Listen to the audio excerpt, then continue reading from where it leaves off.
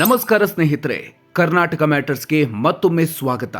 ಅಮೆರಿಕದ ಅಧ್ಯಕ್ಷ ಡೊನಾಲ್ಡ್ ಟ್ರಂಪ್ಗೆ ಅಲ್ಲಿನ ಸುಪ್ರೀಂ ಕೋರ್ಟ್ ದೊಡ್ಡ ಶಾಕ್ ಕೊಟ್ಟಿದೆ. ಟ್ರಂಪ್ಗೆ ಆದ ಈ ಸೋಲು ನಮ್ಮ ಭಾರತಕ್ಕೆ ಹೊಡೆದ ಬಂಪರ್ ಜಾಕ್ಪಾಟ್ ಅಂತಾನೆ ಹೇಳಲಾಗಿತ್ತು. ಆದರೆ ಇದೀಗ ಕಥೆಯಲ್ಲಿ ಅತಿ ದೊಡ್ಡ ಟ್ವಿಸ್ಟ್ ಸಿಕ್ಕಿದೆ. ಕೋರ್ಟ್ ಶಾಕ್ ಕೊಟ್ಟ ಕೆಲವೇ ಗಂಟೆಗಳಲ್ಲಿ ಟ್ರಂಪ್ ಇಡೀ ಜಗತ್ತಿಗೆ ಅಮೆರಿಕದ ಮತ್ತೊಂದು ಪವರ್ ತೋರಿಸಿದ್ದಾರೆ. ಅಮೆರಿಕದ ಸುಪ್ರೀಂ ಕೋರ್ಟ್ ಟ್ರಂಪ್ ತಂದಿದ್ದ ವಿವಾದಾತ್ಮಕ ಸುಂಕದ ನಿಯಮವನ್ನ ದಿಢೀರಾಗಿ ರದ್ದು ಮಾಡಿದ್ಯಾಕೆ? ಇದರಿಂದ ಅಮೆರಿಕದ ಬೊಕ್ಕಸಕ್ಕೆ ಆಗಲಿರುವ ನಷ್ಟ ಏನು? ಸುಪ್ರೀಂ ಕೋರ್ಟ್ ತೀರ್ಪಿನ ಬೆನ್ನಲ್ಲೇ ರೊಚ್ಚಿಗೆದ್ದು ಟ್ರಂಪ್ ತಂದಿರುವ ಆ ಹೊಸ 10% ರೂಲ್ ಏನು? ಇದರಿಂದ ಭಾರತದ ರಫ್ತುದಾರರು ಮತ್ತು ವ್ಯಾಪಾರಿಗಳ ಮೇಲೆ ಬೀಳೋ ಪರಿಣಾಮ ಏನು? ಇಂದಿನ ವಿಡಿಯೋದಲ್ಲಿ ಇದರ ಕಂಪ್ಲೀಟ್ ಡೀಟೇಲ್ಸ್ ನೋಡೋಣ. ವಿಡಿಯೋ ಶುರು ಮಾಡೋದಕ್ಕೂ ಮೊದಲು ನೀವಿನ್ನೂ ನಮ್ಮ ಚಾನಲ್ಗೆ ಸಬ್ಸ್ಕ್ರೈಬ್ ಆಗಿಲ್ಲ ಅಂದರೆ ಈಗಲೇ ಸಬ್ಸ್ಕ್ರೈಬ್ ಆಗಿ ಬೆಲ್ ಐಕಾನ್ ಪ್ರೆಸ್ ಮಾಡಿ. ಸ್ನೇಹಿತರೆ, ಅಮೆರಿಕದ ಅಧ್ಯಕ್ಷ ಡೊನಾಲ್ಡ್ ಟ್ರಂಪ್ ತಮ್ಮ ಆರ್ಥಿಕ ಮತ್ತು ವಿದೇಶಾಂಗ ನೀತಿಯ ಪ್ರಮುಖ ಅಸ್ತ್ರವಾಗಿ ಗ್ಲೋಬಲ್ ಟ್ಯಾರಿಫ್ ಅಥವಾ ಜಾಗತಿಕ ಸುಂಕವನ್ನ ಜಾರಿಗೆ ತಂದಿದ್ರು. ಅಂದರೆ ಬೇರೆ ದೇಶಗಳಿಂದ ಬರುವ ವಸ್ತುಗಳ ಮೇಲೆ ಭಾರಿ ತೆರಿಗೆ ಹಾಕಿದ್ರು.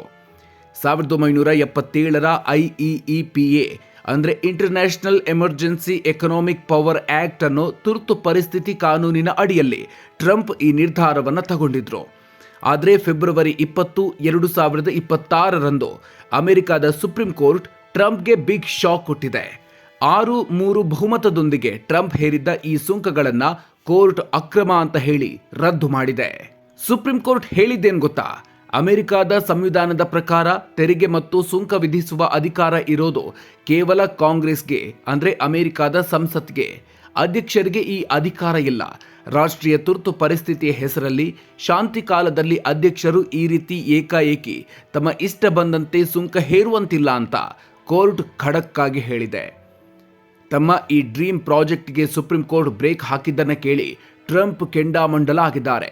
ರಾಜ್ಯಗಳ ಗವರ್ನರ್ಗಳ ಜೊತೆಗಿನ ಮೀಟಿಂಗ್ನಲ್ಲಿದ್ದ ಟ್ರಂಪ್ಗೆ ಈ ವಿಚಾರ ಗೊತ್ತಾಗ್ತಾ ಇದ್ದಂತೆ ಉರಿದು ಬಿದ್ದಿದ್ದಾರೆ.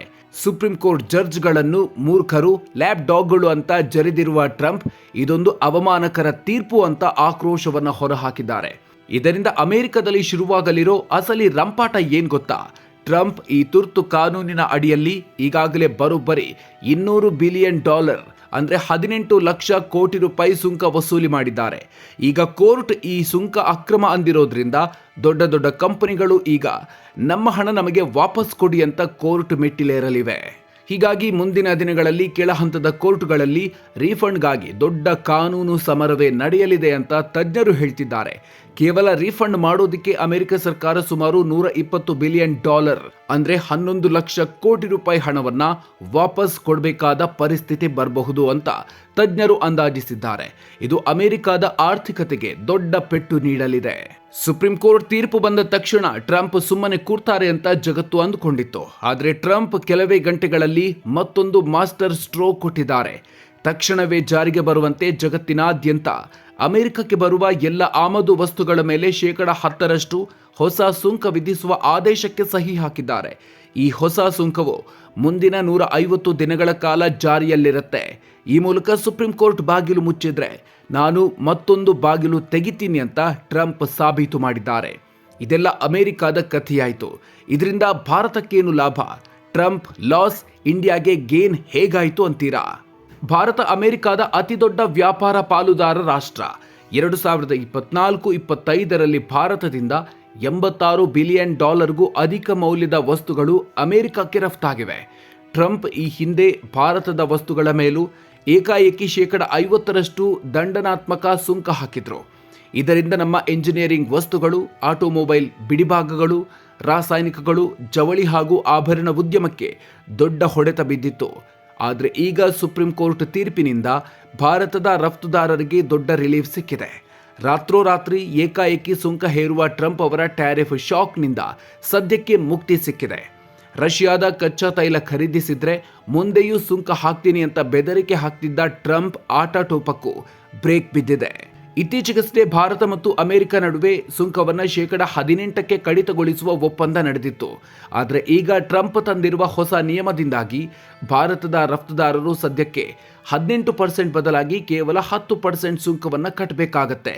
ಇದು ಭಾರತದ ಮಟ್ಟಿಗೆ ದಿಢೀರ್ ಜಾಕ್ಪಾಟ್ ಆಗಿದೆ.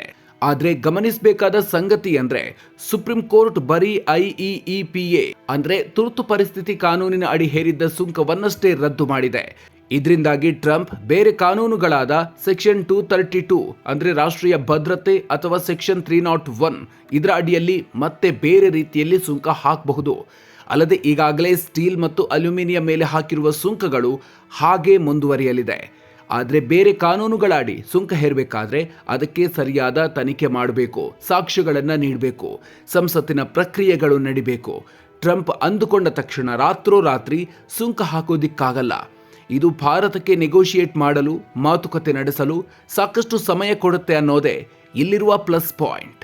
ಒಟ್ಟಿನಲ್ಲಿ ಸ್ನೇಹಿತರೆ, ಅಮೆರಿಕಾದ ಸುಪ್ರೀಂ ಕೋರ್ಟ್ ಕೇವಲ ಮುಕ್ತ ವ್ಯಾಪಾರವನ್ನ ಬೆಂಬಲಿಸಿಲ್ಲ, ಬದಲಾಗಿ ತೆರಿಗೆ ಹಾಕುವ ಅಧಿಕಾರ ಯಾರಿಗೆ ಇದೆ ಅನ್ನೋದನ್ನು ಸ್ಪಷ್ಟಪಡಿಸಿದೆ. ಟ್ರಂಪ್ ಅವರ ಎಕನಾಮಿಕ್ ಡಿಕ್ಟೇಟರ್ಶಿಪ್ಗೆ ಅಥವಾ ಸರ್ವಾಧಿಕಾರಿ ನಿರ್ಧಾರಗಳಿಗೆ ಒಂದು ಬ್ರೇಕ್ ಹಾಕಿದೆ. ಇದು ಜಾಗತಿಕ ಮಾರುಕಟ್ಟೆಯಲ್ಲಿ ಭಾರತದಂಥ ದೇಶಗಳಿಗೆ ವ್ಯಾಪಾರ ಮಾಡಲು, ಹೂಡಿಕೆದಾರರನ್ನ ತಮ್ಮತ್ತ ಸೆಳೆಯಲು ಹೊಸ ಅವಕಾಶಗಳ ಬಾಗಿಲು ತೆರೆದಿದೆ. ಈ ಐತಿಹಾಸಿಕ ತೀರ್ಪಿನ ಬಗ್ಗೆ ನಿಮ್ಮ ಅನಿಸಿಕೆ ಏನು? ಟ್ರಂಪ್ ಮತ್ತೆ ಬೇರೆ ದಾರಿಯಲ್ಲಿ ಭಾರತದ ಮೇಲೆ ಸುಂಕ ಹೇರಬಹುದಾ? ಅಮೆರಿಕದ ಈ ಬೆಳವಣಿಗೆಯಿಂದ ನಮ್ಮ ದೇಶದ ಆರ್ಥಿಕತೆಗೆ ಲಾಭ ಆಗತ್ತೆ ಅಂತ ನಿಮಗನ್ಸುತ್ತಾ? ನಿಮ್ಮ ಅಭಿಪ್ರಾಯವನ್ನು ತಪ್ಪದೆ ಕಾಮೆಂಟ್ ಬಾಕ್ಸ್ನಲ್ಲಿ ತಿಳಿಸಿ. ಈ ವಿಡಿಯೋ ಇಷ್ಟ ಆಗಿದ್ರೆ ಲೈಕ್ ಮಾಡಿ, ನಿಮ್ಮ ಸ್ನೇಹಿತರ ಜೊತೆಗೆ ಶೇರ್ ಮಾಡಿ. ಮುಂದಿನ ವಿಡಿಯೋದಲ್ಲಿ ಮತ್ತೊಂದು ಇಂಟ್ರೆಸ್ಟಿಂಗ್ ವಿಚಾರದೊಂದಿಗೆ ಮತ್ತೆ ಸಿಗೋಣ. ಅಲ್ಲಿವರೆಗೂ ನಮಸ್ಕಾರ.